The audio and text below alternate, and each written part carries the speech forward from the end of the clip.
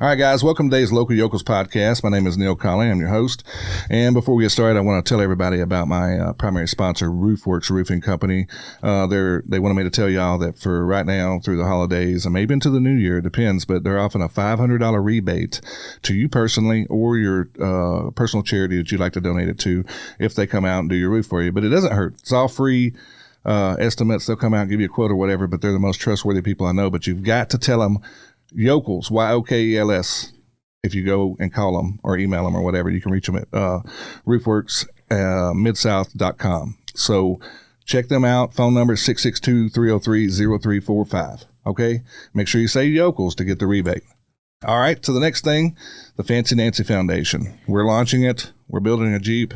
We're doing it in partnership with Spider Off-Road. We're going to give this thing away to someone whenever we sell all the tickets, because we're going to have about I don't even know how many tickets yet, but we do know the ticket's going to be about $20 a piece, which is going to allow a lot of people to get involved. It's a Rubicon. It's done up to the nines, so everybody's going to love it. So be looking for that thing when it comes out. It's all for domestic violence. House of Grace is where all the charity is going to go to. So be looking for that. Without further ado, my guest today, Mr. Michael Neal. Michael Neal and Ricky Neal from Neal Racing Family. Yes, sir. Welcome, guys. Thank y'all for coming in. Glad to be here. Yep. Tell everybody what y'all do that don't know already. Yeah. So we run a Nostalgia Funny Car with a Funny Car Chaos series. Travel all over the country doing that, and we're all in. Yep. Yeah. Well, we'll get into this a little bit. I think the initial thing is like most people watching this are going to know who y'all are. But for the ones who don't, they just watch the Local Yokels, don't know a thing about racing. These guys are local. They're from here. They're from DeSoto County. They're actually from my area, Walls, Mississippi. They do have a South Haven address, but it was a weird thing how Walls got an annex part of it back in the day, the community of Walls, not the town, by the way, because we all live in a county aspect of Walls. Right. But how Ricky got started. We'll talk about that a little bit. Okay. We know what y'all do for racing. By the way, amazing car. I mean, I love it. You sent me a picture yesterday with the tires off the ground. Yeah. Those are good action shots. So, but you've been around here since, you were telling me earlier, you moved here when you were 64. 64. I was 2 years old. My 2 parents years moved to old. South Haven. Wow. Yeah. Yep. And your dad, was he into anything particular like hot rods or anything? My dad was not really a car guy. Now, my dad liked car. He liked to look at cars. He enjoyed them, but my dad just wasn't a car guy. But my dad was a very industrious person. Moved to South Haven. My dad worked for Sears Contract Sales, which is like the commercial division. Sure. Sold appliances to big developers like all the. Back in the 60s, all the complexes that got built in Memphis, he sold them the appliances and stuff. Cool. But anyway, moved here, and him and my grandparents opened the first family restaurant in South Haven called Mom's Steakhouse. Dang. And the first ever? First family restaurant, right. My goodness. Yeah. That's got to rival like a Dale's story or something. Yeah, Dale's was actually still just an ice cream stop back then. Yeah, it was ice cream and hamburgers, and they opened the first family restaurant. Shout out to my friend Jim Lasapio for getting that back going again, because it is good. Yeah, man, it's awesome. My wife and I try to go there once a week. So. Dale's in South Haven. Check it out. Yeah. That's it. So yeah, my family's been involved. My dad, then later on, my dad got into the real estate business. Actually opened the very first Century 21 franchise east of the Mississippi River. Wow, and that's a big story. So, yeah, that was big into community. Probably built about half of South Haven in the early days. No kidding. Yeah. Well, that's a pretty cool story. So you're a little tyke in the early 70s. You decide, man, these hot rods just turning me on. All these muscle cars from the 60s and 70s, they just got in your head, right? Yeah, and my mom said at like 9 years old, I told her then I was going to custom paint cars. That's what I wanted to do. We had a neighbor on Cherry Valley Drive right up from the ball fields. Yeah. His name was Avery King, still alive. Shout out to Avery. Yeah, he had a drag car that he raced at Lakeland called the Confederate. It was a 56 Chevrolet. It was silver with black lace on the quarter panels. Wow. And he would crank it up all the time, working on it. And I'd be sneaking around the corner of the house trying to catch a peek. And finally one day he says, "Man, come on over here, man. You're not bothering anything." And he let me sit in it one day. And that was it. When he fired it up and I felt that, I was like, I'm going to do this one day. Yeah, this is going to be my whole life. That's it, man. And it has turned out to be your whole life. It has. So you guys have been fortunate. I know that you personally have a paint and body shop that you work primarily with custom paint and building, I guess, messing with really, really nice hot rods and painting them and doing the body work. You experienced, you told me you experienced having to go through doing the insurance and auto stuff, the personal stuff, but you got away from that because your passion truly was with the hot rods, like custom paint. Customs and hot rods. Tried the collision business, didn't work for me, but my heart was in the hot rods. And so there were years, actually, Michael worked for me for about 3 years, and we built a lot of cars from the ground up for people. And I think I shared with you, I got a lot of arthritis issues, things like that. So I had to kind of move away from that. Michael moved on to do his thing. And so I just stuck strictly to the paint and specialized in doing touch-ups on custom paint, which fixing candy damage. Apple reds, candy apple blues, people that say you got to paint the whole car. And fortunate, that's what I've done my whole life. So you know how to fix them when they're damaged. I do. A good hot rod, because it does happen, guys. It happened to y'all actually. Recently. So we're fixing our own now. We'll get into that story a little bit later, but and somehow or another, you graduated into bringing your young son up in this, and of course he probably had it in his blood from day one. How many seats do you think you sat in, Michael? A bunch. A bunch. Yeah, a bunch, countless. And seen just the most beautiful examples of hot rods ever, just every day at your house. Yeah, I mean, when I was growing up, it was abnormal to have somebody come over that was not a hot rodder. Right. So you got to know all the big guys in the business too. That was our normal life. We talked about, and I'm going to give him a shout out, one of my dear friends, and I know y'all know him well, Bill Russell. Bill Russell, yes, sir. And thankful for him. He's made a huge success in what I've been doing with my fundraiser and stuff given away, because he's tied into the hot rod community big time, And so he introduces me to the street riders and the American muscle guy, all the muscle car guys and all that stuff. And so these are cherished people in our community. Yes, absolutely. Yeah, and y'all know them from the day one. Yeah, that's right. Yeah, because they were your mentors. I got a great Bill Russell story if you want to hear it real quick. Bill Russell, when I was in high school in science class, Bill Russell lived on Rasco Road right across the street from the high school. Okay. And I watched him sand on a 1940 Ford convertible for about 5 years. When he was at home, he'd be sanding on it.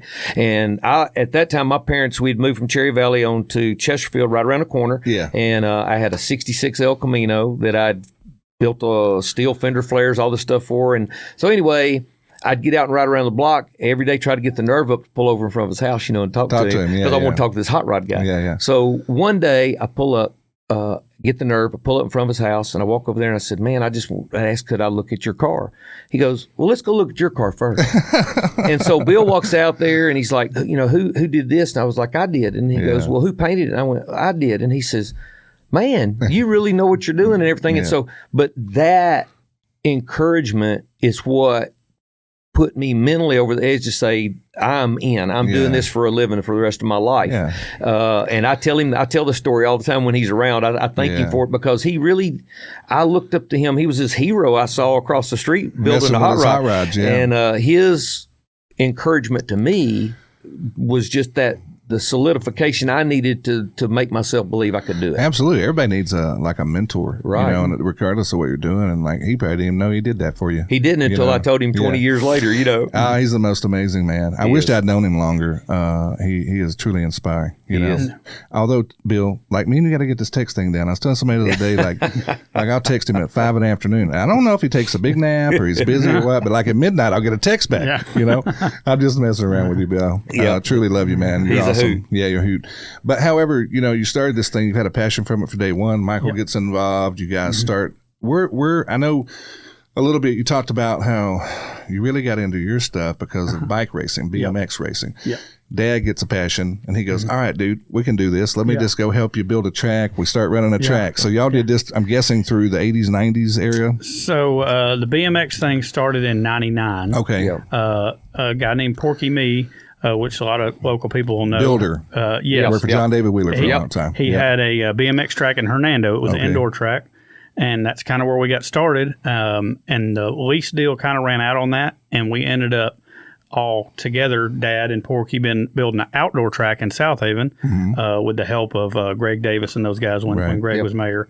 And when that happened, Dad took over the track and started running the track. And we were in it hot and heavy for about 8-10 years. We traveled all over racing. I forget you're just a baby, man. I was dating you back between me and your daddy. I forgot, so it would be the 90s, early 2000s, But racing, cars, BMX, whatever it is, has always been in our blood. When I was when I was born, Dad had a dirt car. He was racing in Riverside.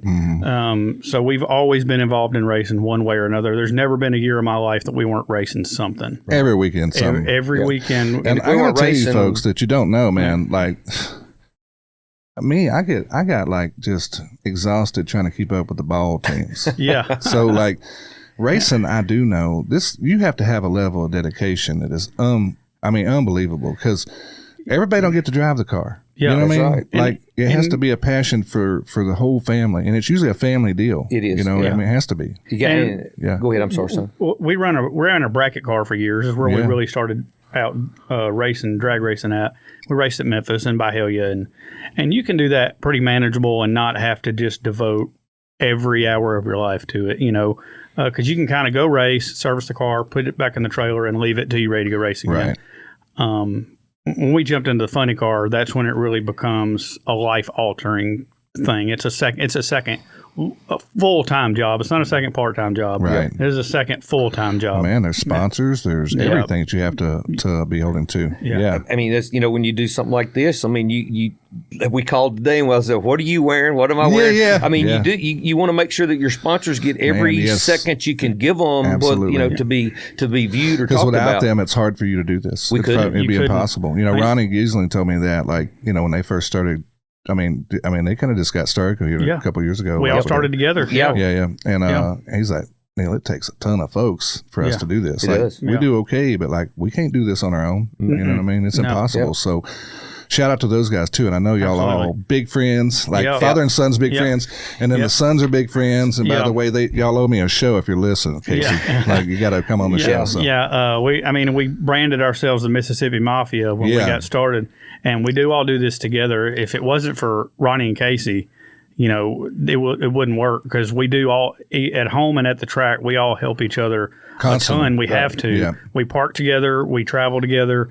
We go to each other's shops and help on stuff. It's the only way you can make this thing work. Absolutely. And I think that, in helping each other get to know people, they're willing to get involved and sponsor and be a portion of it, because they know the dedication you got to have. You can't just go out and sponsor some guy that's got an idea. Like, how many years did y'all have to prove yourselves before you started getting the big name guys coming in to help you? Our big break was probably with Dixie. We had before the funny car, we had a blown Anglia gasser that we had moved up from bracket racing to that nostalgia racing. And we started kind of match racing. We had one fella that great friend, David Tanner, out of Neosho, Missouri. We started match racing him, and that's what we kind of started building a name at that point. Okay. And we got a lot of YouTube videos and stuff. And so that gave us our exposure that got us, I guess I'm not going to say national, but we got some good regional acclaim. People started knowing who we were. We could show up at a race and people knew us without us knowing them, that kind of thing. And so we started with the gasser running with Funny Car Chaos. We were their filler class, the gassers were.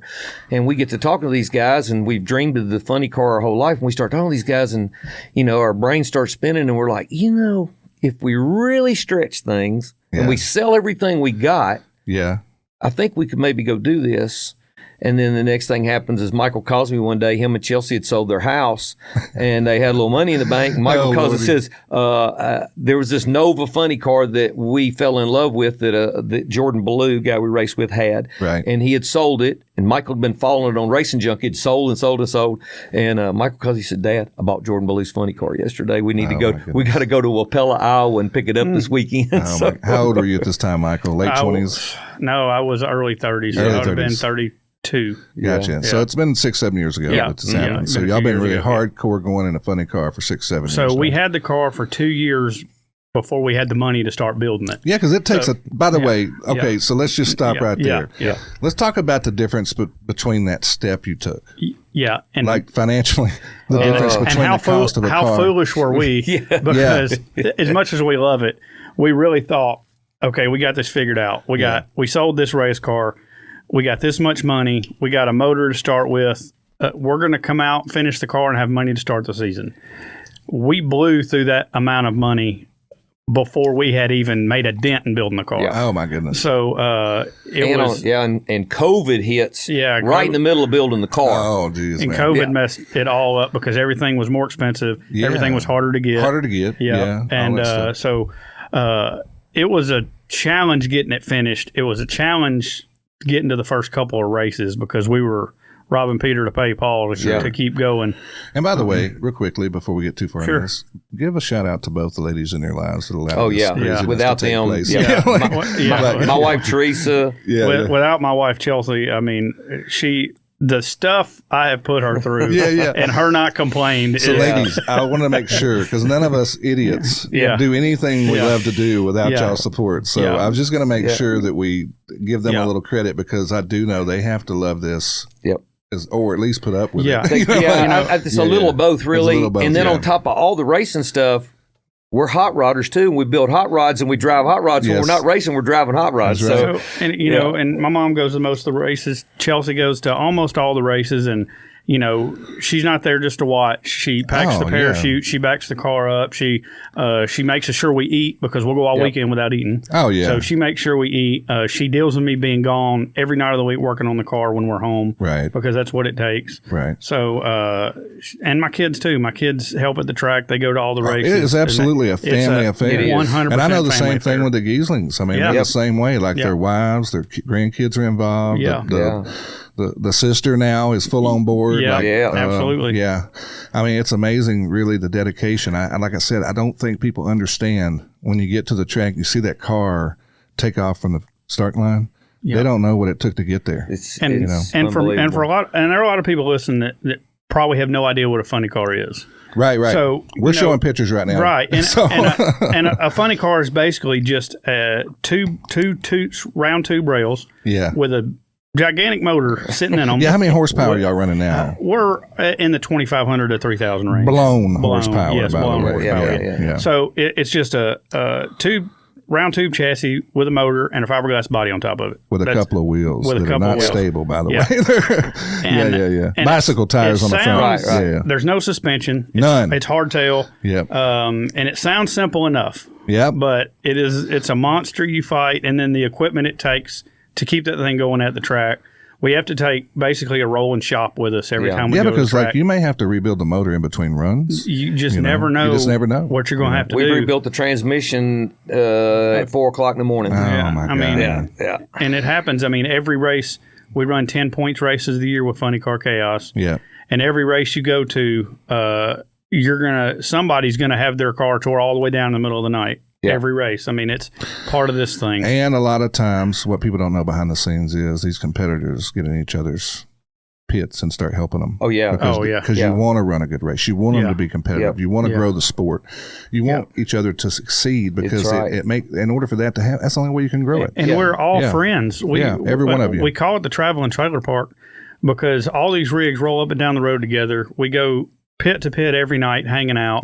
We all help each other in our cars. And I'll say about Ronnie and Casey, when somebody's broken the pits, no matter what time it is, they're the first ones that are going to be over there. And they will stay there until the sun comes up. I believe that about those guys. I do. And it's our parts or your parts. If we're broke, everybody's over there. What do y'all need? If I got it in my trailer, you're welcome to it. We're the same way. Because they know how hard it is. Like they do. Everybody knows because you're in the same struggle. Everybody's in a financial bind. Everybody's in a struggle for hands on deck to do things. And all our kids play together. I mean, while we're working on the car, all the kids are running around the pits. And that's one cool thing, Michael. When we first started racing, Michael made the comment. He said, the most amazing thing about this is when we pull through the gate, you can let your kids go loose. You ain't got to worry about them. Everybody's watching after your kids, and everybody looks at them as their own, and so they're protected, they're taken care of, and it's a freedom that a lot of kids today don't get to enjoy anymore. No, they don't, man. They don't. And you guys know this too, even with the local alleged street racing guys. I think there's racing in Mexico. I think technically we just get it on YouTube here. But you know that culture's strong. And they're all family, and they come from all walks of life. Right. And they dream of like getting where y'all are at. Right. Like it is a stepping stone. And guys, y'all all know these guys. I mean, you know how hard it works, and you know how you've watched them go through the painstaking process of growing it, and it can all come apart at the starting line. before it even happens. Yeah. The weekend can have been done. You know what I mean? That's a fact. So I applaud all that. You get there. Now, there is some news we want to talk about. You guys are deep into the IHRA organization. There's a couple of things that's coming out. This show will probably air in a couple of weeks. Yeah. But there's some stuff that came out today, which what is today? The 4th of November. Yep. This might come out like second week of December or something, depending on how it comes out. But there's some announcements today about our Memphis Motorsports Park. Hey guys, this show is brought to you in part by RoofWorks Roofing Company. Not only just friends of the family, friends of the show, but great people, a great company. You can trust them for any of your roofing needs. Call them today. Check out what they have to offer. Free quotes, free inspections. And I can tell you right now, they're going to back up their work. Call them today at 662-303-0345. You can also reach them at roofworksmidsouth.com. I work for Driven Racing Oil, so I have a lot of tie-ins to. By the way, give them a shout out. Yeah, Driven Racing Oil. We talked about Ricky's job, but we didn't talk about Michael's job. Driven Racing Oil. Driven Racing Oil. You need any lubrication for your hot rods or your race cars. What about my lawnmower? Can I put it in my lawnmower? I put it in my lawnmower. Well, daggone it, I'm getting some now. So I have a lot of connections with IHRA because we do some sponsorship stuff, and I have more details than I can give out. But I can say the future for Memphis Motorsports Park is bright. Right. It is bright. And not just on the drag strip side, by the way. I think the article I read today was for oval track. Yeah, and that was something I did not know about until today. Yeah. Right. And that's huge, man, because like there's a huge oval following, and that goes from everything from your lower end NASCAR series to your drifters to all that stuff. You know, like there's a big racing culture around here. This is going to create a whole new aspect of local fun, good family stuff where these guys that have been racing in Mexico, maybe they can go to the local track. I've been to, with Driven, I've been to some of these facilities that IHRA has bought and done a makeover on, and it's world class. Nice. They spare no expense. It's really incredible. And PRI, which is a performance racing industry trade show, it's one of the biggest things that happens all year with the racing industry. It's coming up in 3 weeks, actually in 2 weeks. And expect tons of big announcements, probably a full announcement about Memphis at that event. So you're 100% for sure they're going to be back online within the next probably 6 months. I would say by the end of summer next year, there'll be cars on track. Nice. Yeah. Well, we can't say everything, but we can confirm that it's coming, folks. Yes. And what a blessing. How long has it been gone? 2018 was the last, May of 2018 was the last race. Now it's a drag race. So I think the oval track's been gone longer than that. Yeah. It's like maybe 20 years. Probably 2010.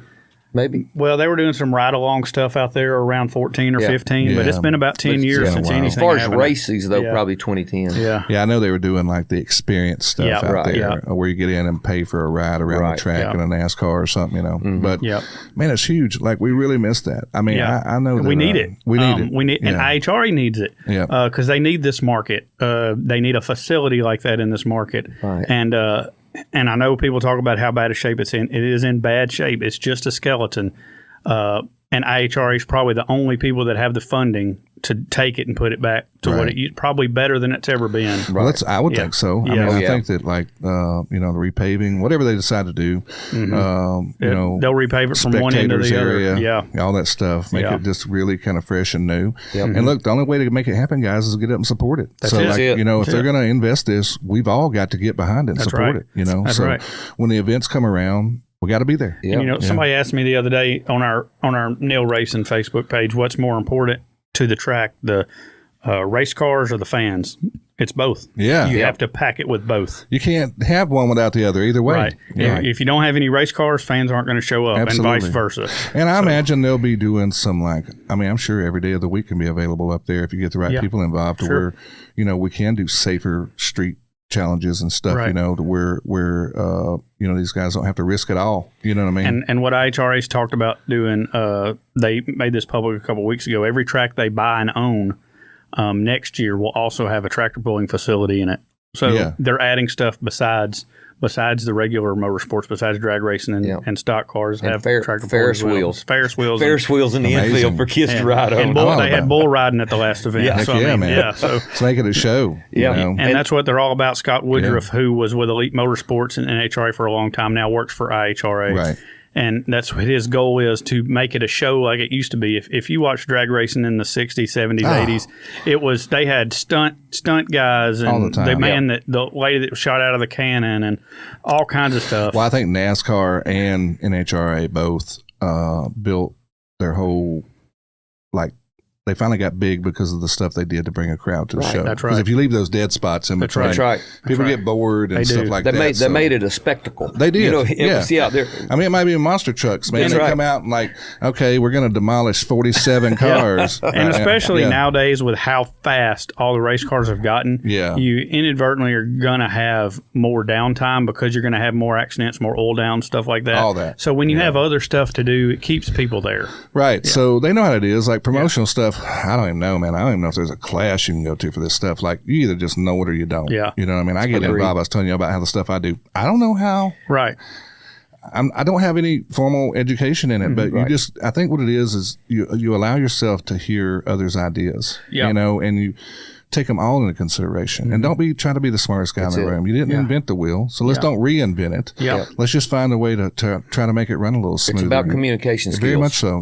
And one thing they teach us, or not teach us, one thing they preach to us at Funny Car Chaos events, and we've always been this way, but a lot of guys aren't, is every kid that comes to the pits, you got to make it a point to make that kid feel like you notice him and he's important, and put him in the car. Or if you can't put him in the car, sign something for him. Take a picture with him. Man, let me tell you a story real quick, and I don't want to interrupt you, but no, you're good. That's the same thing that built NASCAR. Yeah. We were in the 80s. My mom, I didn't live too far from Talladega, and my mom or whoever would take us down for a race.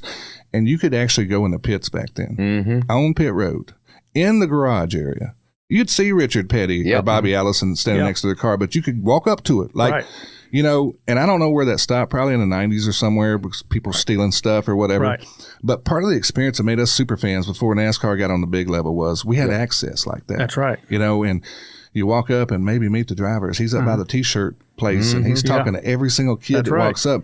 That's how they got. That's how they made it. That's you know, and so that's what you're talking about. It's like the fan interaction has to be there, and we can't be bigger than the sport. I got a picture of him with Richard Petty at Memphis at the first truck race, and at that 90s. Time you could go in the truck pits. Yeah. No, you didn't even have to have a special pit pass. Right, that's what I'm talking about. And we're walking through there, and I mean, I think you got every signature of every driver, and I got a picture with every driver. Yes. But now that's such a special thing to have because, and I think a lot of what happened was the marketing people saw autographs as a profit center. Yes. And they turned it into a profit center, and they put that wall between the fans and the drivers. I think it's gone too far now. I do. I think that all the big pro organizations have realized they've absolutely alienated the fans. I agree. You know, they priced themselves out of the market. Yep. They're struggling to fill in the stands. You know, money it'll come if you just be patient. Like the people will fill the stands. They will buy your products, but you have to make them affordable. Yeah. That's right. And you have to give them access. Like I mean, I know you're the superstar. Yeah. But even if Richard Petty, dude, this is the superstar of superstars. Yeah. Yeah. Like him and our all fans that just retired from drag racing, those and Dale Earnhardt, those are the three biggest names in motorsports, period. Like if you go back and look at John Force, Richard Petty, Dale Earnhardt, those are the names that built those two. They were the biggest names for a reason. Yeah, because they love people. That wasn't by accident. They love people. And it wasn't just because they were winning championships. Yeah. And I go back to Funny Car Chaos, not because that's where we run, but because of how well it's ran. They keep the tickets affordable. Kids 12 and under get in free. Yeah.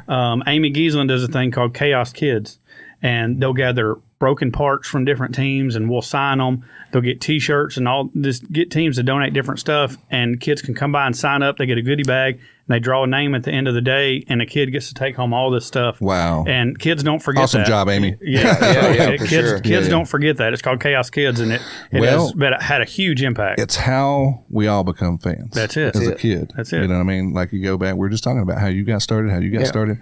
It's all because you got to experience something that not everybody gets to experience, you know, and it makes you a fan. And so once you start like keeping everything roped off and inaccessible and unavailable financially, you know, and then now it gets to where sports are wanting you to buy certain apps to watch them and stuff. That just blows my mind. I'll almost stop watching you if you do that to me. I'm about the same boat. I mean, if I've got to pay to watch you, then you're making enough money as it is. I think. Man, it's like, where does it stop, man? Like how many people have got to make a piece of the pie? And us guys that get to do this, we have to realize when I was born, I already knew there was nothing else for me. This was it. Yeah. So you were bred to when it. I get to the track, I remember that like there's other kids out there like that. Yeah. And we're not going to ignore them and give them a bad taste about drag racing. That's right. We're going to let them know that, look, all you have to do is put in the work and you can do this too. Well, I think the biggest thing, especially for a driver in your scenario, have you ever drove the car much? Not the funny car. And I've drove, we at one time, we both had race cars. We raced together and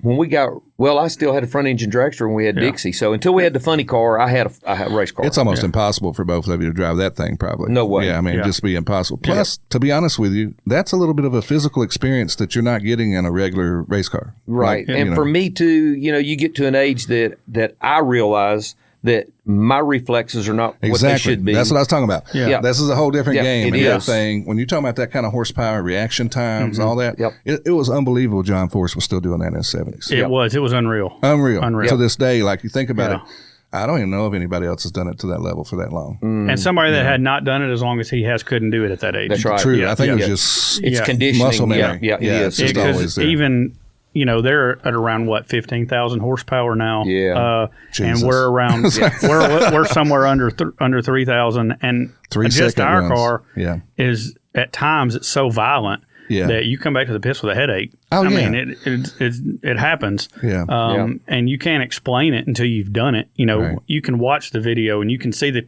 tire shaking, the car shaking, but you really don't know how hard it's shaking until you're in there and your head's beating around on that roll And that cage. was my point. Like, so when you step out of this car and you've had a bad experience, whether it be a bad run or maybe you had an accident or something, blown tire, whatever. When you get out of that thing, you're going to be faced by someone immediately. Right. Yeah. And so your behavior needs to be on point. You have to check gracious. yourself. Yeah. You have to get all your pounding your helmet and beating the dash before you get out of the car. Absolutely. That is so important, man. Because and you got to remember when the GoPro's on. Yeah, because somebody's going to be filming you. I promise you. They're going to get all you. All of our events are live feed on YouTube, so it's all live. Yeah. So which is really cool. And tell people where they can go to that. Funny Car Chaos YouTube channel. You can go to funnycarchaos.com and get our full racing schedule. But every event we have is live streamed on YouTube for free. Absolutely cool. Yeah. That's absolutely cool because that's something, folks. You don't even worry. I mean, that's right. If you want a free, I guess you got to have YouTube. But other than that, you can get there and see it and be a part of it. And if you don't want to go on YouTube, you can watch. They put it on the Facebook page too. Live stream all day. So absolutely, that's where I watch it from. By the way, when I watch y'all's page. So, and I've been following y'all for quite a while. I didn't know y'all, in all transparency. Up until recently, I just reached out to you, and I was like, man, I don't know. I said, I'm not a racer, or I've never done much racing stuff. I said, but y'all are so local, and this show is local. People need to know about y'all. They're from around here. And if not for our local community and local friends, we wouldn't be where we're at as far as getting to do this. So many people, just like talked about South Haven Supply, Ronnie Giesland, Coleman Taylor Transmission. These are all local companies. Even Comp Cams is here local. Yes. So these are all local companies that help us. People like that. Yeah, BB&T. Our guy that does all our graphic artwork, Bo Van Gogh. I need to know him, by the way. Yeah, I've got to do a rap on that Jeep. He's incredible. I need some help. South Point Church, right there in South Haven, 51 and State Line. They help us a ton. Huge church, man. They do a ton of stuff. That's our home church, and my wife and I do children's church. They, we have Racers for Christ service, and I would go, church, and I would look and I would go, where are all the kids? What do they got to do? Yeah. And so the Lord put it on my heart to do that, and so my wife and I started doing children's church along with while they're doing Racers for Christ. We do children's church, so the kids have church. This is at the racetrack. This is at the racetrack. Yeah, at the racetrack. This is at the racetrack. So we do that. Well, our church, our pastor comes to us and says, hey, man, we want to get involved in what you're doing. That's amazing. And I'm like, I can't take money from my church. No. He goes, no, man, we want to invest in the ministry. Right.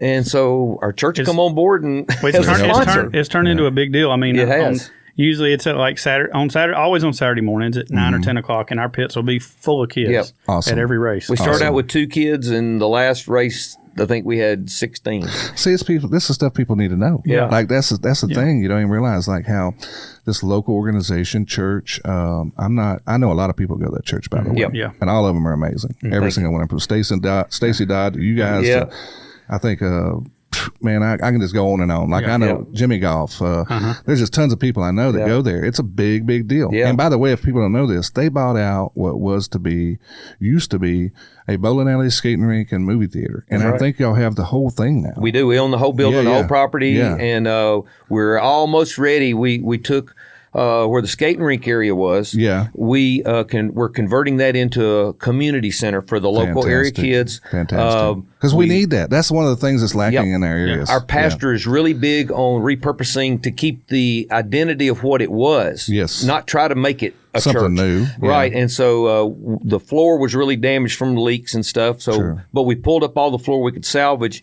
and we've refloored one end, and that's like 2 half basketball courts and pickleball courts can switch back and forth. Very cool. And then on the other end of what the skating rink is a skate ramp park. The city of Southaven had a skate ramp park they closed because of vandalism. Yes. And they give us the ramps.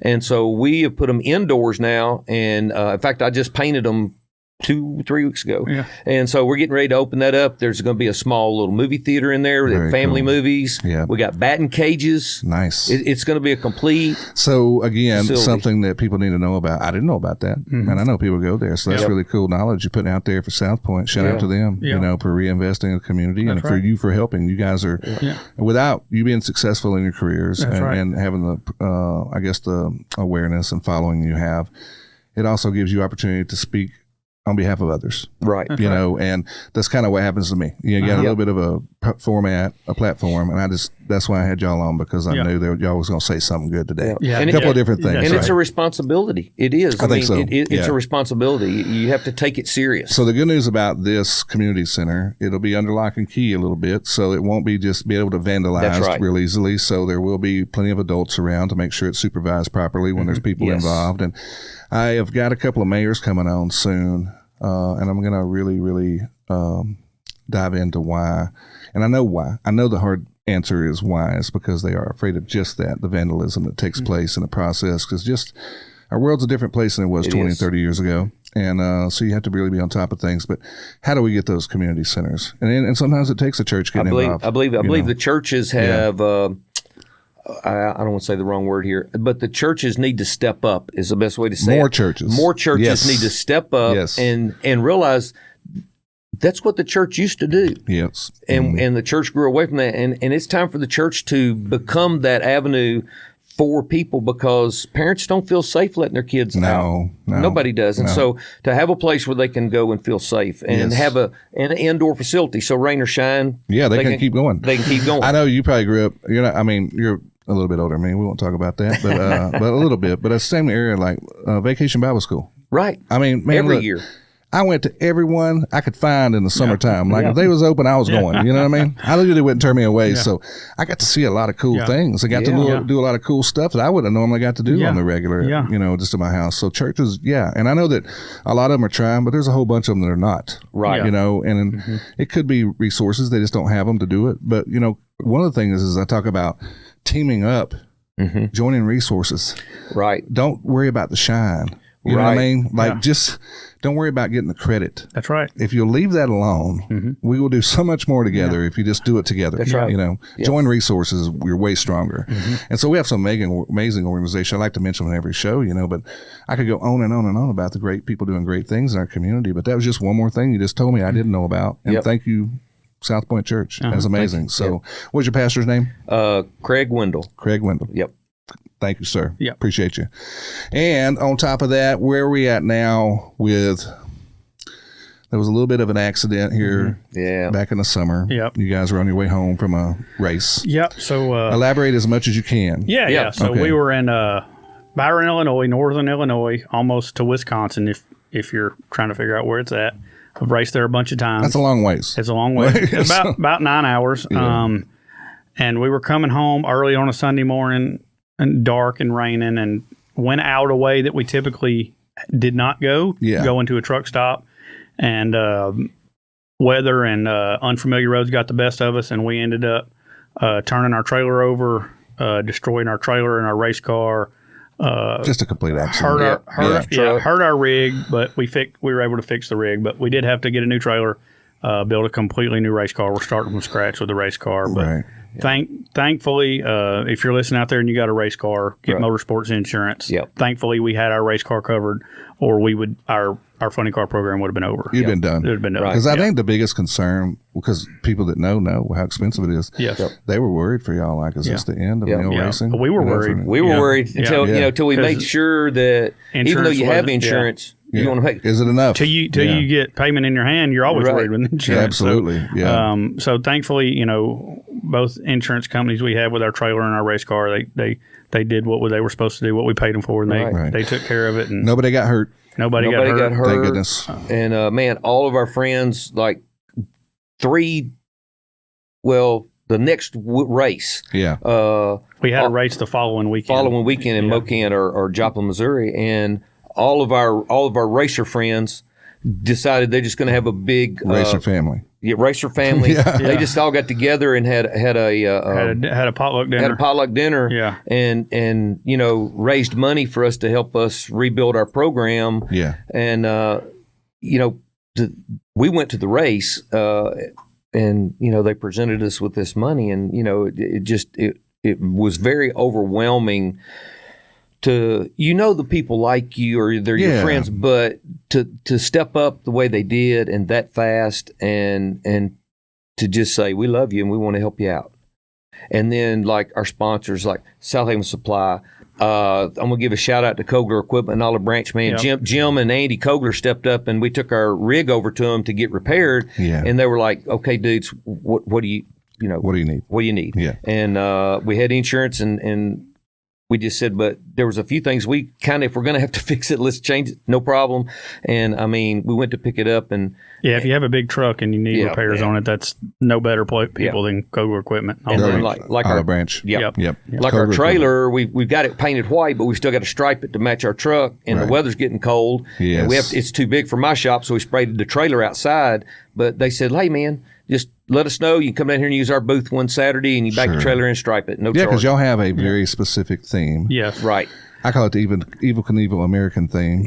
What is it? Is that what it's based on? It's pretty much. Little Elvis, a little Evil Knievel. Little Evil Knievel. Ricky, could we possibly ever see you in some tassels, like with a? I have an Elvis outfit I wear on start line. I do, and that's one thing. Nice. We're a little over the top with everything we do. Sure. But we have a little marketing savvy about us. Just because we've been around it forever, and that's one of the most important things. No matter what you're getting into, you got to brand yourself. Yeah, absolutely. And not arrogantly, but you have to brand yourself. Well, people see y'all and they identify with you. Where people remember you, you're marketable, you can sell T-shirts. Because in our business, selling T-shirts gets you up and down the road. Absolutely. Pays for diesel fuel, get your name out there. So it's all. If people wanted to buy a T-shirt that says Neal Racing Family, where would they go to get that? You can go to cheaterslickculture.com. One of our sponsors, he does all our shirts. You can get Burning Love Funny Car shirts on there. That's y'all.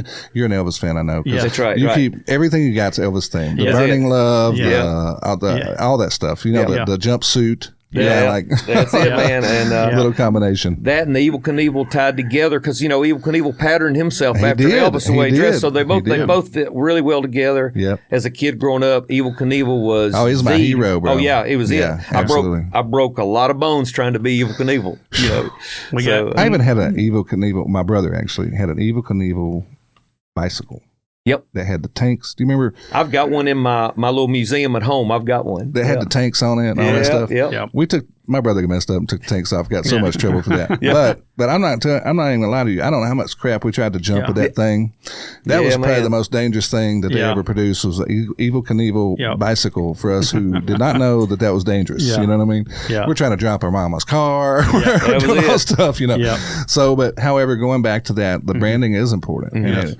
Identified. I mean, obviously, Ronnie and Casey have a very brand-oriented vehicle as well. They do.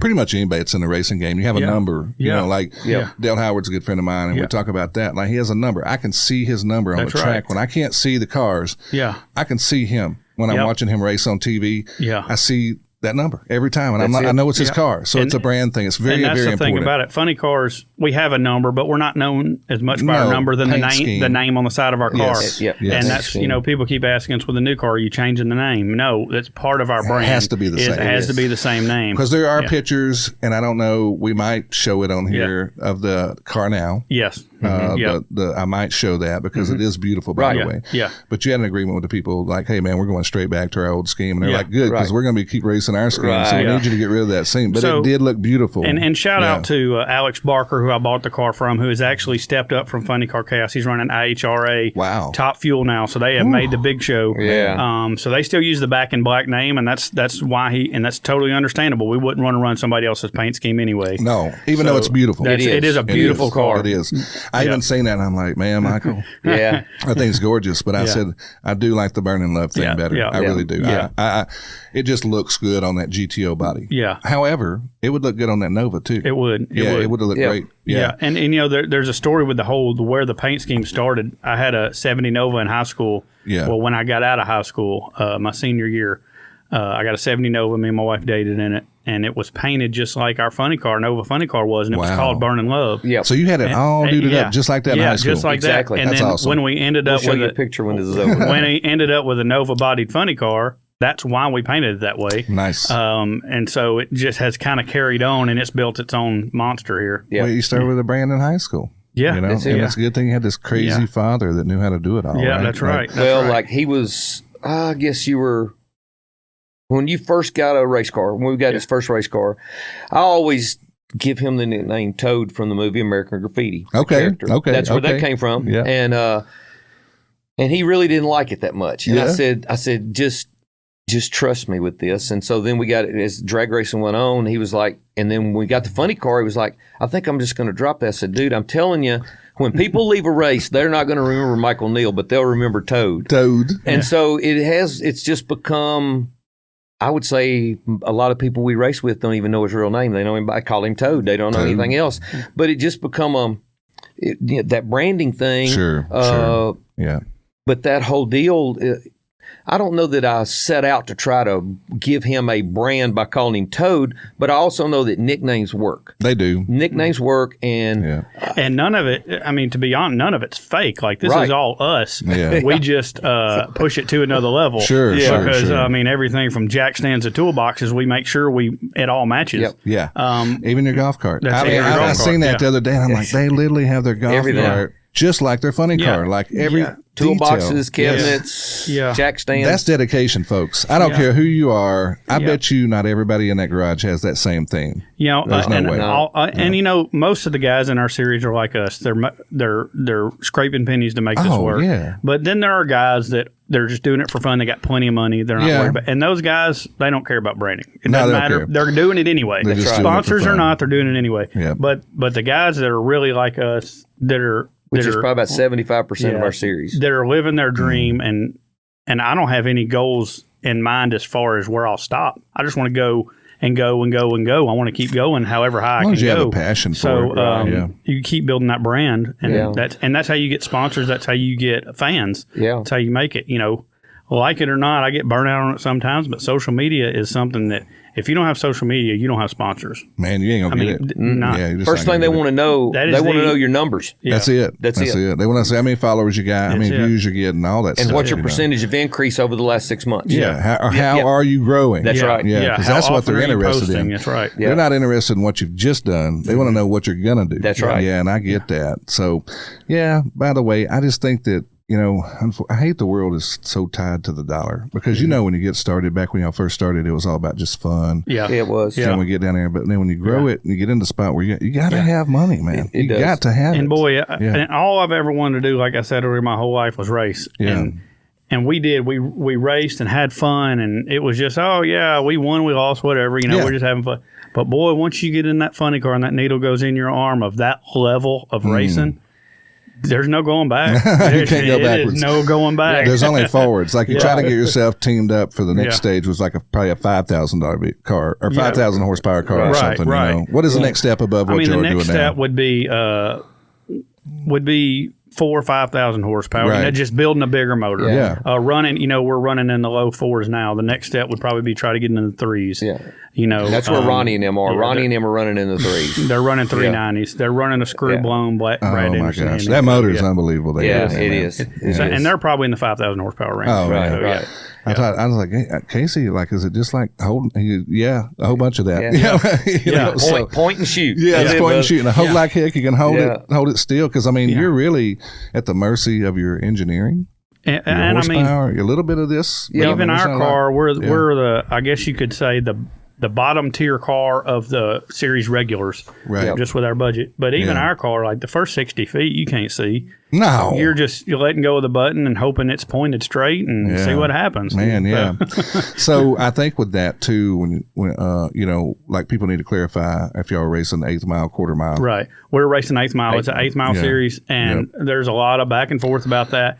But to explain about 8th mile, if we average 30 funny cars per race. Yeah. That's about what we have entered every race. Cuts down time. If we were quarter mile, we would average about 10 cars. And it would cost way more. Double. It'd double. Easily be double. Fuel, wear and tear on the parts. I mean, people don't realize valve train can't everything. Take the sustained RPMs, right? Yeah. That's what I'm saying. Like, I didn't even realize that till a few years ago. I was talking to some of my buddies, and they're all 8th mile street racers and stuff, and I'm like, why?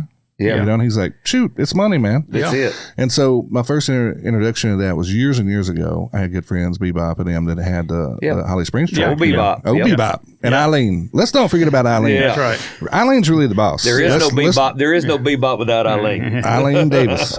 So don't ever forget, she is the real decision maker in that game. So, and has been from day one. Yeah. And so when they talked about the 8th mile, he's like, man, eventually I think everything's going to come to that. It is. And it is like, we're not far off from that. Yeah. He said, I think it's just because it's, you can do so much more in 8th mile. Yeah.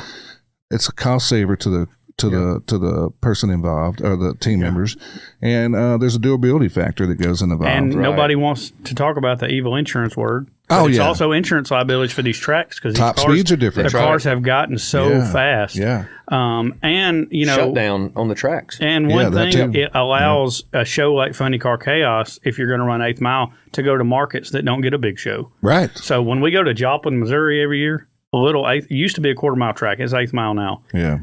The craziest, most drag racing hooked fans you've ever seen in your life. They eat it up. They sell it out every year. Man, they'll pack 6,000 people in this little hole. And I'm talking about a track that's not much bigger than Byhalia was. That's crazy, isn't it? Yeah. They'll be sardines. They'll be easy up tents, 4 deep, all the way past the original quarter mile boards. Oh, wow. Yeah. Just people trying to take it. And that's where it needs to get back to. And that's why it's so important to get this track back up and going in Memphis. Agreed. I mean, we have Holly Springs, which is awesome. Yeah, but we need Springs more. We need more. Byhalia wouldn't be a bad idea. Somebody could get involved and redo it. Yeah. I don't think you can have enough tracks around because there's plenty of places people want to go and stand out. Yeah. It's all about the different levels of racing you're in. It is. That too. Obviously Memphis is really important for the IRHA series and it is bigger horsepower stuff. Right. And see, for us, it's a place to go test, even if we're not racing there, because we don't have Holly Springs. For us, we can't make a full pull there because if we have one little small glitch, we don't have enough shutdown. They don't have enough shutdowns. Right. Can't get it stopped. And Byhalia would have been the same way. Yeah, because there's just not enough shutdown space. So, that's why I'm saying, there's different levels to this. There is. So, there is absolutely. So you get in from guys out there with 500 or 600 trying to do something. That's right. Then you get into the 1,000 horsepower, which that's probably for Holly Springs, marginal. Yeah. And then you get into over that, and then you're like, man, this is dangerous. It is. Yeah. Just on the shutdown side. So I get that. That's why, we love Holly Springs and we love Byhalia, but same here. Those are local guys doing local stuff, street racing type stuff, and it's really good. Go test your vehicles. Yeah.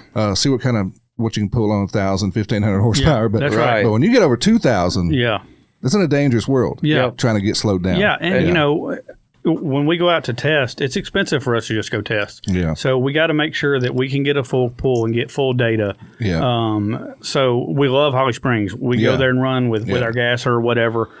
Just not optimal for a funny car. Right. So, Right. Yeah. So you need a little bigger track, a little more shutdown. Yeah. Right. Yeah, absolutely. Yeah. So that's very cool. So I mean, look, all we do is just wait on this thing to come to fruition. That's it. And you got a new close test track. Because where do y'all have to test now? We go to when you go to the race and do it. Hopefully, that's it. Yeah. A lot of Funny Car Chaos races will have a test day on Thursday, Friday. usually qualifying day. So a lot of times they'll have test day on Thursday. But So Mocan would be it right now. Joplin, Missouri's Wow, that's it. closest thing. Yeah. That's nuts, man. Yeah. So with the Memphis, it has the 8th mile ability as well as quarter mile ability. Yes. So they could do both. They can do yeah. both. And, Yeah. they'll test and tune quarter mile, and they'll run Yeah. other stuff quarter mile. Because if they do Yeah. happen to get NHRA back interested, Right.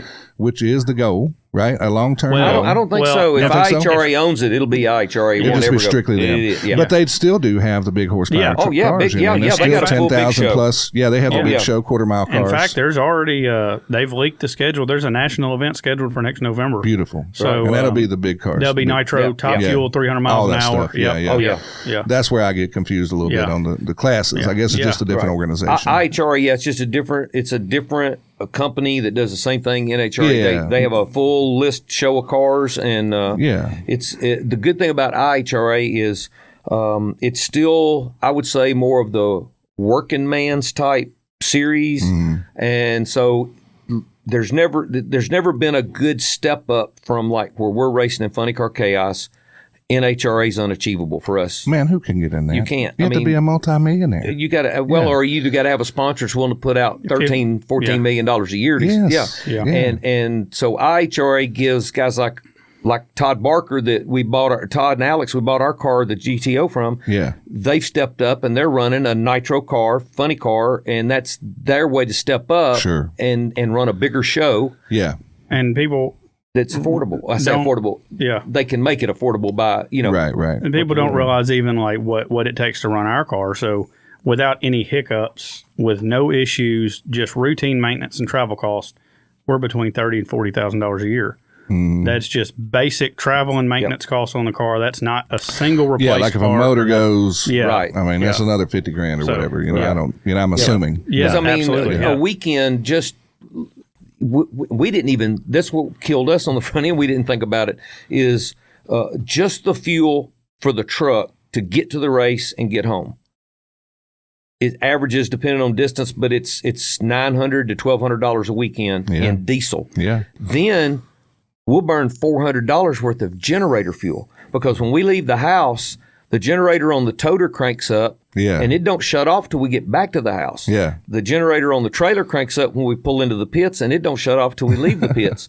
And so, those things, so you've got. So the trouble behind big time racing is you have to be some of a big time business minded person too. You know, That's like right. you gotta like you're learning as you go. Yeah, You know, you and got to it's- be efficient. even though you've ran your own business forever, Ricky, it was right. dynamics you haven't had to deal with That's yet. right. So you Yeah. were thrown, and then of course you seeing it from a side where you're working for a big company that's trying to do good things. They don't tell you all those details. Like Right. they don't give you the overhead numbers every day Right. when you go to Right. work. Yeah. So you learn as you get involved. And I mean, when Yeah. we started the way Chaos pays out, if you can qualify, you can cover your diesel for the weekend if you can just qualify. By the way, not a big payout on these races either. Right, Like no. it's not like they're getting rich when you win. No. If you win the A field, which is the top field in Funny Car Chaos, it's $5,000. Yeah. So, But that's better than any other series Well, pays heck at yeah. that level. Yeah. but yeah. so we figured out early on that if we could qualify, we could cover our diesel, which is very important. Yes. So there's a lot of races we went to. We knew if we didn't qualify, we were in trouble. Well, like man, we it's were just on a the edge. dead So, run, negative yeah. numbers, period. Yeah. Yeah. In Yeah. fact, with the first year we raced, we went to the opening race in Enos, Texas at Texas Right. Motorplex. Yeah. And at that point, that was the only race we were going to make until we could put enough money aside to make another one later in the year. We were planning on running like 3 races. Yeah. And we run the first race, and the second race was in Odessa, Texas, Wow. all the way the other side. Man, that's a long And, ride. Yeah. Long ride, Chris, the guy that owns the series, Chris goes, hey, man, are y'all coming to Odessa? And we're like, no, we can't. We don't have the fuel money. We just Yeah. can't do it. And he calls us like a day after the race. We had just got home, and he's like, hey, man, if I could put a couple sponsors together that'll cover your fuel money, will you come to Odessa, Texas? We want to see your car again. Yeah. Yeah. So we were like, yeah, if you can cover the fuel. So he says, okay, how much fuel does it take, money-wise? We told him. He says, all right, I'll call you back. So he calls us back 2 days later. He said, here's the deal. You get to the track. When you check in the gate, they're going to give you an envelope for that amount of money. Amazing. He said, I've got 3 sponsors that are going to chip in together and cover Beautiful. your fuel money. Yeah. Thank goodness for sponsorship. That's right. Yeah, that's all I And say. so we get Yeah. and they're all anonymous. They don't Yeah. want us to know who they are. Oh, really? So we get to Odessa, Texas, and we make that race and we qualify. Yeah. And the next race wasn't quite so far, so we took our qualifying money and we made another race. We ended up making every single race that year. Except for one. We missed Albuquerque. We just couldn't swing Albuquerque. But again, long ride. Yeah. We get ready to go. We made it the following year. Yeah, we get ready to go to one race, Cordova, and we weren't going to make it. We just didn't have in this. Cordova, Illinois, by the way, not Tennessee. Yeah, not Tennessee. That'd be an easy one. I just lost his name. Butch Mader. Yeah. Butch Mader contacts me through Facebook Messenger, and he goes, "Hey, man, I'm a huge fan of your car. I've been watching you on Facebook. I live right near the Cordova, Illinois track." Yeah. And he says, "Are y'all coming to Cordova?" And we go, "Man, I don't think we're going to have the fuel money to make the trip." He goes, "Well, how much you need?" And I'm like, "Well, I don't know. I got to think about it." He says, "Well, I'll tell you what," he said, "would $500 get you here?" I said, "Yeah."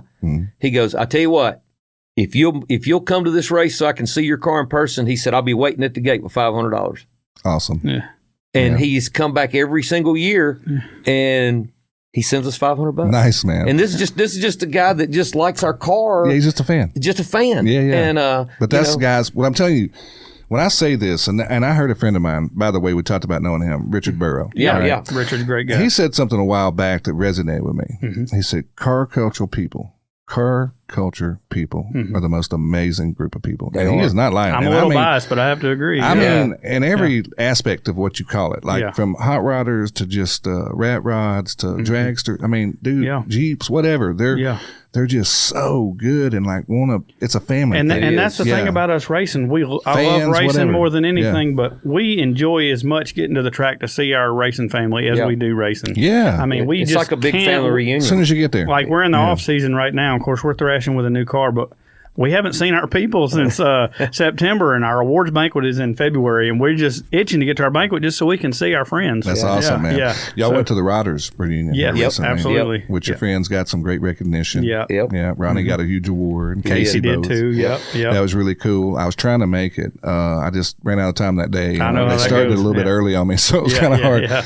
But I had told the guy, I was like, man, I'm going to try my best to get out there. But it sounded like it was a great show. It was. It was. And me and Dad are both members of the Memphis Rodders, so we help put the deal on, and it's something I've been doing my whole life. Yeah. It's really an honor to be a part of because of the history. Man, there's so many legacy guys in that thing. Yeah. You know? And people, if you don't realize how much car history is in Memphis, racing performance side of it. Yeah. Memphis in the 70s, Memphis was one of the biggest meccas in the country for aftermarket performance parts. Yeah. Bigger than California, actually. More hardcore race parts come out of Memphis than come out of California. Pretty cool. Yeah. And you start learning the names. Like I'm kind of new in the culture here in the last couple of years just because of me giving away the vehicles. Right.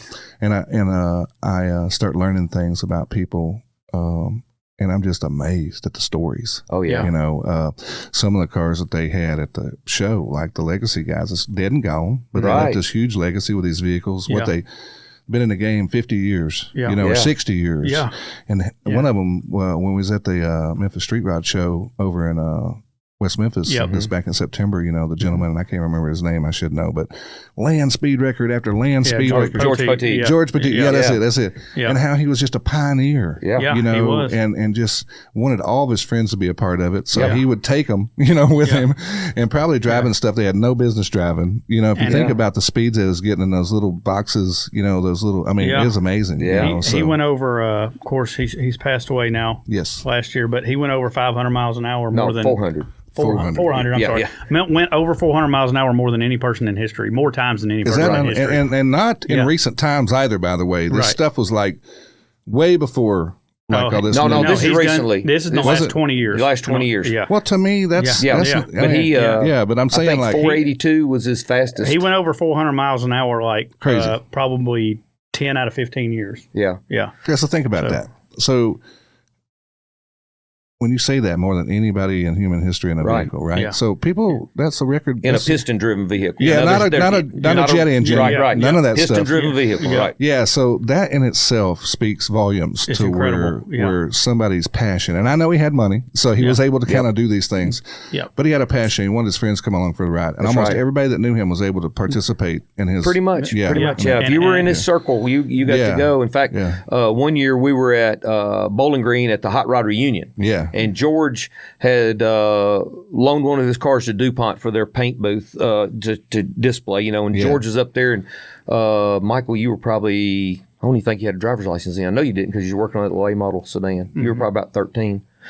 And I knew George. I'd known George a lot of years, and so we were sitting there, and George asked Michael. He said, "So, what kind of hot rod are you building?" And Michael starts popping off what he's doing, and George's like, "I didn't even expect him to have a car." And he goes, "What do you like finishing it?" And Michael says, "Well, this." And he looks over me. He says, "When we get back," he said, "you bring him down to the farm, which is his place in Holly Springs." Yes. And he said, "I'm gonna fix him up with a gift pack." Yeah. So we went down there, and he put me in a chair, and he took Michael in a wagon, and they walked through his building, and he filled Michael full up. of brand new parts, by the way.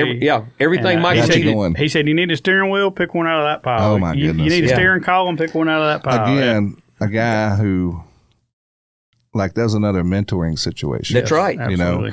Like when you got it, give back. Like he could have been selfish and all that. Like just doing it for him. Yep. And he came from very poor. Yeah, he earned everything. But he was the same person with money as he was without. That's right. Right. Everybody I know that knows him, that's all they talk about. It's just what a giving person he was. Yeah, he was. And that he shared with everybody. Yeah. Knowledge. And most of the time, anonymously, he did not want people to know he was the one giving the money. Yeah. Very humble. So all the street riders, by the way, Memphis street riders, I mean, they all very fond of him. Yeah. Everybody's got a George Petit story. Man, yeah. And they honored him well this year. They really did. They did. Yeah, they did a great job of that. But again, just crazy stuff comes out of the Memphis car community. Yeah, it does. The car culture, as we call it, and I'm so fortunate to meet some of these amazing people that help me with my dream of helping use vehicles to give to others. And I don't know what it's going to be next. Y'all might help me decide. And I don't know. And I would say one of the greatest things about the car community is how charitable they are. That's it. That's it. One of the most charitable groups of people you could ever meet. I mean, I would not have the success I had without the American Muscle Car Club that the good ones are involved in. And then the street riders, Johnny Highlander, the Bill Russells, the Monty, or the Raymond Montgomerys, all these names all great people. Man, these are all people. like, and I'm telling you, man, I didn't know any of them. And then one day, one of them approached me about getting involved with me, and I'm like, absolutely, I'll do that. So would not have had near the success without those guys. Like Clarence Goodwin and all those guys. Well, obviously, you know them from Elbrock. Absolutely.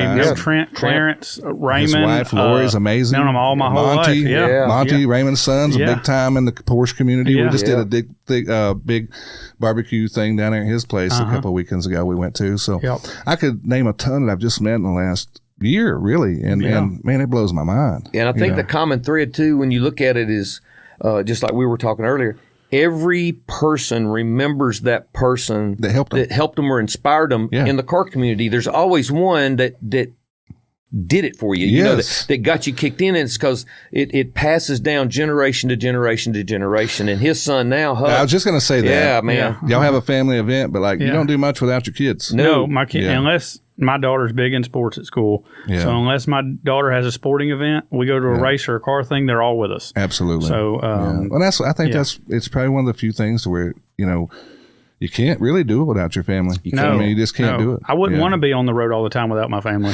Most of the people I meet in the car world, by the way, it's usually husband and wives. I mean, they're both dedicated. They got a car. There is no way I would make it without my wife. Yeah, but I mean, she's as passionate as he is. She is. You know what I mean? Chelsea loves it. Yeah, and usually, if they've got the funds, they both got a vehicle. Yeah. If not, they both share in the one they have. Yeah. You know what I mean? Yeah. And, at chaos races, the ladies have their thing they do, and they all get together and shoot the breeze, talk track gossip at night, and they all hang out. And so, they enjoy it just as much as we do. Yeah, man. So I'm interested. I mean, I'm really looking forward to getting knowing more and more folks and getting involved in more. I'm going to shout out some of your sponsors here on the show. Yeah. Edelbrock, for sure. Yeah. I see. Coleman Taylor Transmissions. Yeah. What else we got on there? On the back, which you can't see, we got Driven Racing Oil, Racing Ronnie's Oil, Hot Rods, Hot Rods, of course. Bo Van Gogh Hot Rod Art, nice. South Point Church, Cheater Slick Culture, Don Speed Shop, Final Touch, South Haven Supply. All have helped us. Mr. Charlie Sanders Lumber Construction. Let me tell you something about that dude.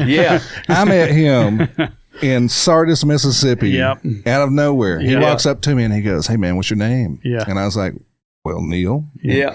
He said, I want to help you with this. And I didn't know who he was. I was just out trying to sell tickets for that last hot rod we gave away, that truck. Yeah. And I got to know Charlie. That is one of the most amazing guys. Mr. Charlie's and he got to where he started calling me regular, Yeah. you know? Yeah. And he's like, man, I just love what you're doing. I want to be involved. So, Charlie Sanders Lumber Company. Yeah. He and I didn't know about him till that day, you know? And then we started talking how we knew all these same people. And he knew some of my good friends. He's like, you know him? And I'm like, yeah, man. Yeah. So, cool guy. He is, and he's a diehard race car guy. Yeah. He I don't know that he ever really drove a race car himself, but he always worked on a lot of race car teams. Yeah. And when we started with the funny car thing, and of course Ronnie Gies and we're all good buddies. We were in the Mississippi Delta Street Rods together for years. Which is where Charlie's at. That's where he's at now. Yeah. And he comes to us and he says, man, I know this ain't very much money, but I want to live. He said, I live my life through you guys. So he said, I just want to be a part of it, you know. Yeah. And he just he was at the Rodders dinner, you know, and he's always, he calls me about once a month, and he's always like, okay, give me an update on the car. Where we at? What's going on? Cool. What's going on? Cool. And he's just a great, great friend. He's just a great person. Yeah. And but he's a racer, man, all the way. Don't ask him. He knows everything about every NASCAR drag racing event that's ever happened. Dude, he is highly tuned in. Yeah. By the way, shout out to the Delta Street Riders because Pam Haddon, by the way, shout out to you because she was a great friend that took me on right away too. And man, they just like open armed me when I showed up with that thing, helped me push tickets for this truck because they understood the importance of what we were trying to do with the money, you know, the charitable stuff. Shout out to a couple more that I missed right there. One local, very local, Blue Panther Tattoo right here in Hernando. Okay. Carl and his son help us out a ton. And Luttrell Belting help us with fuel every year. And Lee Rich's Mr. Touch Up. I think that covers all of them. Yeah, man. All a bunch of great people. And let's don't forget about Ricky Neal's painting skills. Well, we call it right now. We're calling it almost retired paint and body. Yeah, you got another. You said another year. But man, look, it's a lifetime, a passion, a lot of history got talked about here today. That's right. Some of your fans may or may not know it. Some of your new fans from the show, they'll definitely know it. But guys, they're homegrown. Go follow them on Facebook, YouTube.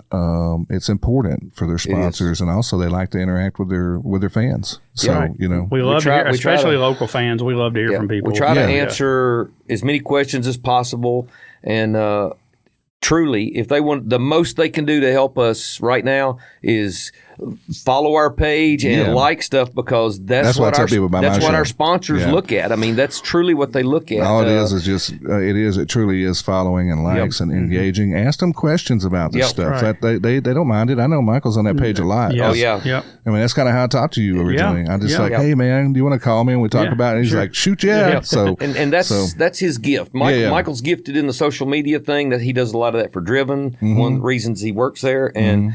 You know, the car stays at my house and he's got kids and he stays busy, and so I can do a lot of the maintenance and stuff. Because I'm I stay on the road a lot with Drew. Maybe not as busy. Are you semi-retired, Ricky? A little bit. I tried to be semi-retired for the last 10 years and it's never worked, and so I'm actually just this year I've got.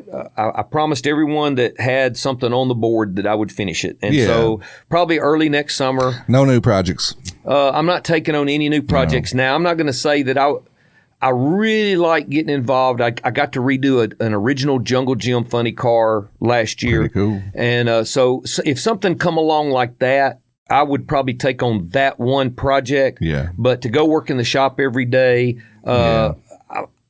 what little bit of use I got left with my hands, I want to save it, and my feet. My wife and I we just got us a vintage camper, and we want to do a little bit of that. And, you know, we still got racing to do. And my wife and I, this year, first time she's going to be able to go to every single race with us. Cool. She's quitting her job. She's always worked a little bit part-time, so she's quitting for good. And we're just going to try to enjoy some retirement. You know, my dad, the biggest thing he pounds into me all the time is like, he said, son, there's a lot of difference between 63 and 73, and there's a whole hell of a lot of difference between 73 and 83. Yeah. And he said, you know, go out and do it now while you can and enjoy it, because he said it will be here so fast you won't even comprehend it. Right. So talking to that same friends that was talking about almost everybody I mentioned in that conversation was in their 80s earlier when I was talking about Bill and Raymond and Johnny and all those guys, you know. And I guarantee you, it was just yesterday when they started messing around with cars. Right. You know what I mean? And it just happened to them now with my son coming up. I know he's 8, so in about 8 more years, that's going to be his funny car. Right. Yeah. And that's part of the reason I put so much into building this program, because I know I can see it in him. He wants to do it. Sure. And not that the grind didn't teach me a lot, but if he doesn't have to go through as hard of a grind to build to where we are, Agreed. You want him to work for it, but you don't want him to struggle like you struggled. Like sometimes that is not as. I mean, we want to teach them, but we don't want them to have them to suffer. And the way I travel a lot with Driven, going to different racing events. So it has taught me a lot on a better way to build a racing program. So all that is for. Well, I think anytime you can learn from your peers. That's right. Because everybody's kind of going through the same thing, and people are at different stages. That's right. And it's like any business. I mean, it's any other business. I mean, you don't have to treat this like a business, even though it's passionate. It's definitely a business. And you're going to do it regardless if you can, but you definitely have to treat it as a business. Yeah, right. That's right. If you don't, you'll break yourself, because that's the thing. You have to know where the line is, because there's a whole lot of times we need to spend $2,000 to replace stuff that we don't have $2,000 to replace, right. And we have to repurpose it again, and try to keep it maintenance as well as possible and service it, because if you don't draw that line, first thing you know, your savings is gone. You're bankrupt. Your mortgage and your house, and you can't do that. You got to learn that there is a line. And, because it is a bit of even though it's a hobby, it becomes an addiction. It does. Yeah. You cannot. There's people that do it. They don't last long. You can't run a race car off a credit card. No, you can't do it. And there's a lot of people that do it, and they're typically a flash in the pan. They're there and gone because you can't sustain it. And your family has to fit in. I mean, not only at the racetrack, but you got to stop.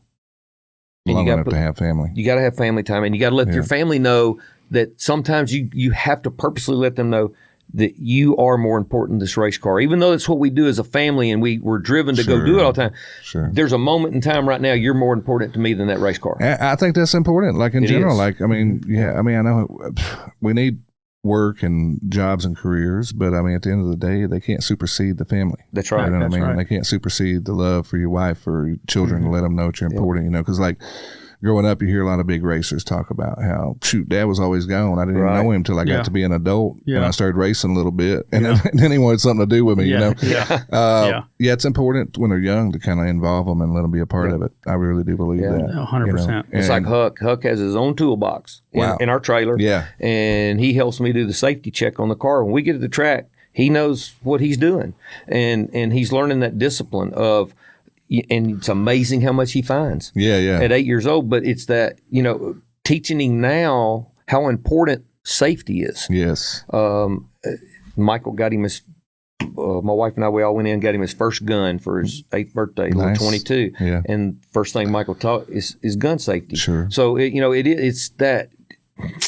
Yeah, you got to train them, up in the thing, but it's giving him it's also about giving him responsibility. Teaching responsibility, respect for it all. That's it. How that if everybody, it ain't easy for everybody to be doing it. That's right. So you got to teach the hardworking father. That's right. So even though you might lead him to an easier path when he gets there, it's still going to be to show him this ain't for everybody. That's right. Yeah. You know what I mean? And when we get to the track, we don't have the luxury of some of these bigger guys where we sit in the truck until everything's set up and ready to go. They got teams. Well, we unload it. We put the canopy up. We get the toolboxes out.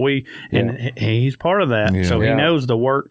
When we get to the track, it's 14-hour days every day that we're there. It ain't just racing. It ain't just racing. And he sees that, and he knows that, and he appreciates it. One little quick thing I want to give a shout out. We had a man come on board with us, Mr. Alan Collins out of a little below Jackson, Mississippi, come on board with us this year. He was working for another team that shut down. He's our first crew guy. He was our first crew guy, and he does some work for Ronnie Giesland. He polishes stainless and stuff. And so he was talking to Ronnie, do you know anybody that and Ronnie said, you need to go talk to Ricky and him. And so real fine Christian man and his wife, they're racers. Yes. They don't have any children. And he's like, look, guys, I really don't need any money.